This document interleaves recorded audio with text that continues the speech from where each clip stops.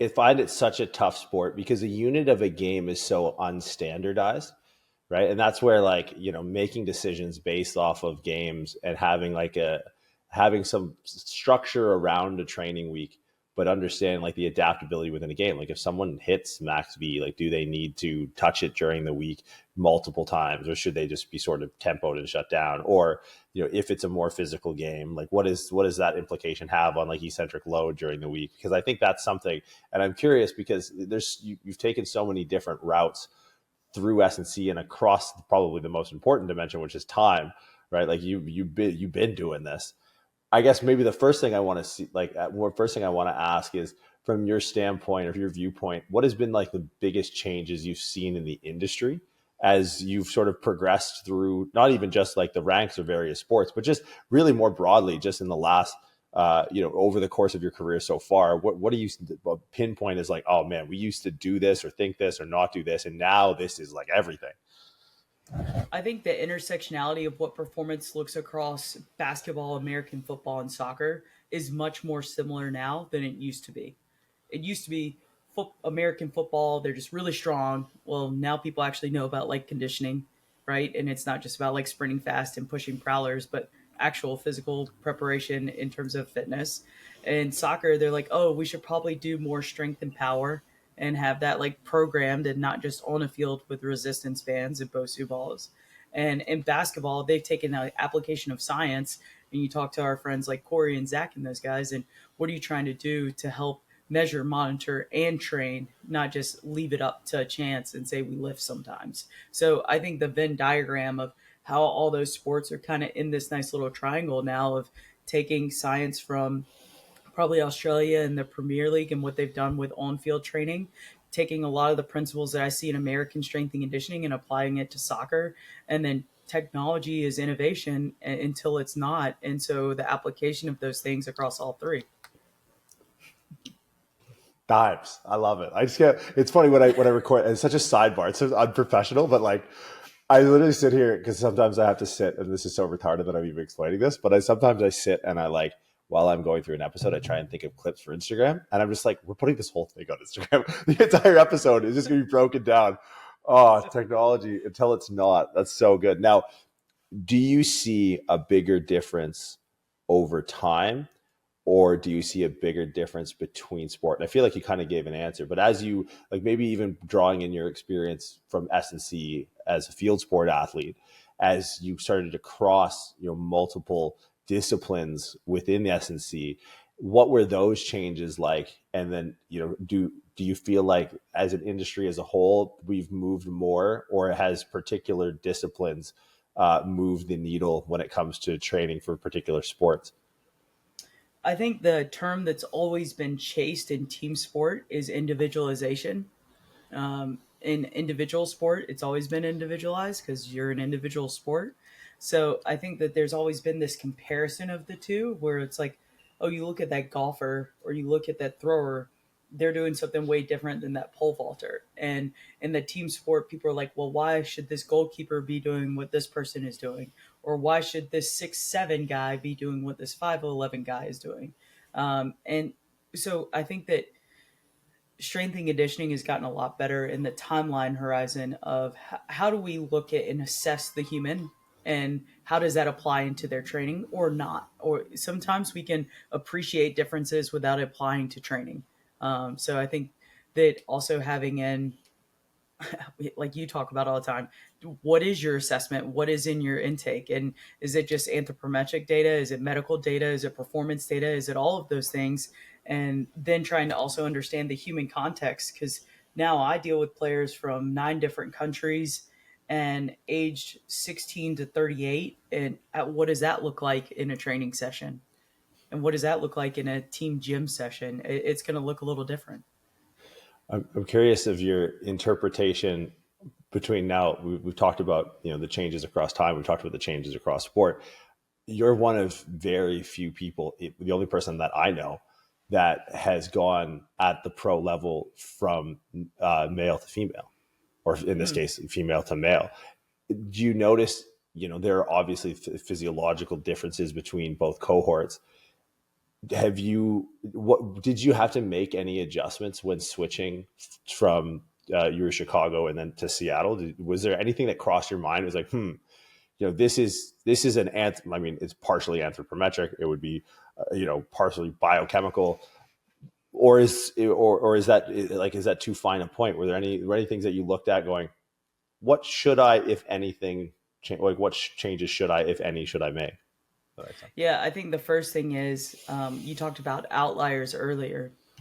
Most pro athletes are already outliers.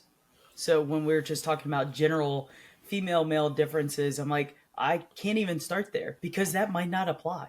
I have guys with some interesting valgus angles, and I've had women with narrow hips, and so it just, you have to just start with the person in front of you. And I kind of throw out the rules of how maybe the industry and sometimes even research want us to just apply to a person. And it's like, oh, you see this, this equals this. And I think about the old biomechanics stick man. If I see the stick man on the screen, I don't actually know if it's a stick woman or a stick man.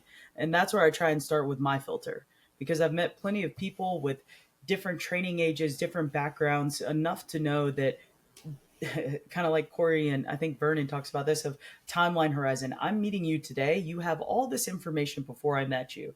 It's my job to try and tease that out, assess where you are right now, understand where we're trying to go, and then build that bridge. And that's going to look different for every person. So I think that applied to the men and women the same. The biggest difference between the men and women are the amount of money those players are getting paid, and then the amount of resources in the each organization. I'm one of four in our first team. When I got to the pro women's team I was with, I was in a one for the first 2 years, and then I had two interns. So it's Oh, different. that's brutal. And that, we talked a little bit off air of like, how difficult sessions are to run, like, let alone in the private sector. We have all the time in the world, right? Off season, like I'm chilling. We're drinking drinks with fucking umbrellas in them and shit. Like, it's a joke. Just come on down to Tampa. Like, we got Long Island iced teas. We're chill. Like, it's such a, but when you're in season and you're on time constraints, right? And sometimes collective bargaining agreements have, how long you can be in facility preseason and all of these things. And you have coaches that need to get on the field, blah, blah, blah. Running a session with one person, and like, I've done it and it sucks. So it's, I mean, it's super interesting that you bring up the individualization thing, because I'm curious, as common things present commonly, and success leaves clues in the sport of soccer. And this is just a general inquiry, because I don't know the sport really from a hole in the wall. I know when it's on, I usually turn it off, is about my experience with soccer. And but from an individualization perspective, what are the challenges you see at every position? Because this is kind of a lateral concept that I apply with Yeah. football. It's like in football, you can clearly identify like six different games that are being played at the same time. Like, when you go through the lineup and you go, okay, you mentioned, should a goalie train like, a midfielder, a defender? What are the stresses that you're dealing with? What are the preemptive strikes? What are the really the high priority stuff that as a strength coach you don't want to miss as you go through the roster? Yeah, it's kind of the same big global rocks as football, to be honest. If you think of wing backs or outside backs kind of as a wide receiver, meaning they're going to be up and down all day. If you think about uh, holding mids and sometimes attacking center mids as QBs and tight ends, they're going to pivot and move all the time. The ball's going to be on their foot, and they're going to put in positions you didn't know it was going to go. The nine, the goal scorer, the striker, and the if you play with two outsides or one outside, depending on your formation, just depends on their personality. Like, you got some Ocho Cinco's out there, right? And then you got some big guys. It just can be different. So I think I try and look at, like, especially in the women's game, because I can speak from kind of the director role. You looked at the output and the game load and said, like, what are we missing in training, and where are we not hitting this? And one easy thing that people do within soccer is they'll take we have like volume metrics and then intensity metrics, and what percentage of our intensity through the week is similar to that of a game and within a session and within a drill, and then like the meters per minute. So like, what is that intensity per minute? And that's where I try and look at the individual differences, which comes out positional, but also depends on like how you play. because you could have soccer loves to make things different, right? You could defend in a five back and have five guys back here, but when you attack, two of them rotate up and they're running all over the place, and you're only holding with three. Or you can play with four in the back and it's more traditional, or you can invert that. So that's why the game looks so complex until you realize the numbers and what you're trying to do with the positions. And once you know those, you'll see the traits of those players, meaning, are they going to be more up and down? Are they going to try and beat in and behind? Or are we going to keep the ball and move pretty slowly and methodically and try and break teams down? And I love that you have teams that can do a bit of everything. Um, it's nice to see fast guys be fast and threaten lines in behind, because then you see interesting looks on defenders' faces, kind of like you would a safety when you know a wide receiver is just left out in the open and you got to go try and run him down. But the individual terms of the game get a lot more controlled. And in training, there's very few things that are like looking at the position. I would say it's more of the individual. Like if this guy runs 1,000 meters of high speed running every time he's in a game, well, then I probably know what he's going to sit out about a week, whereas someone else in his same position might be 1,200 meter guy or an 800 meter guy.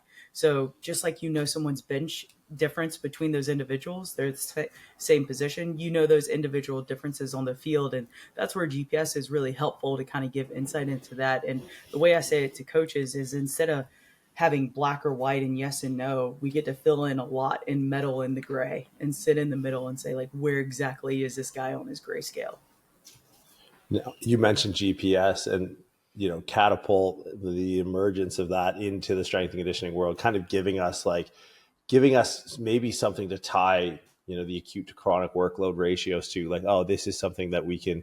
Now again, not all meters per minute are created equal, right? There's an intensity overlay and there's a subjective overlay.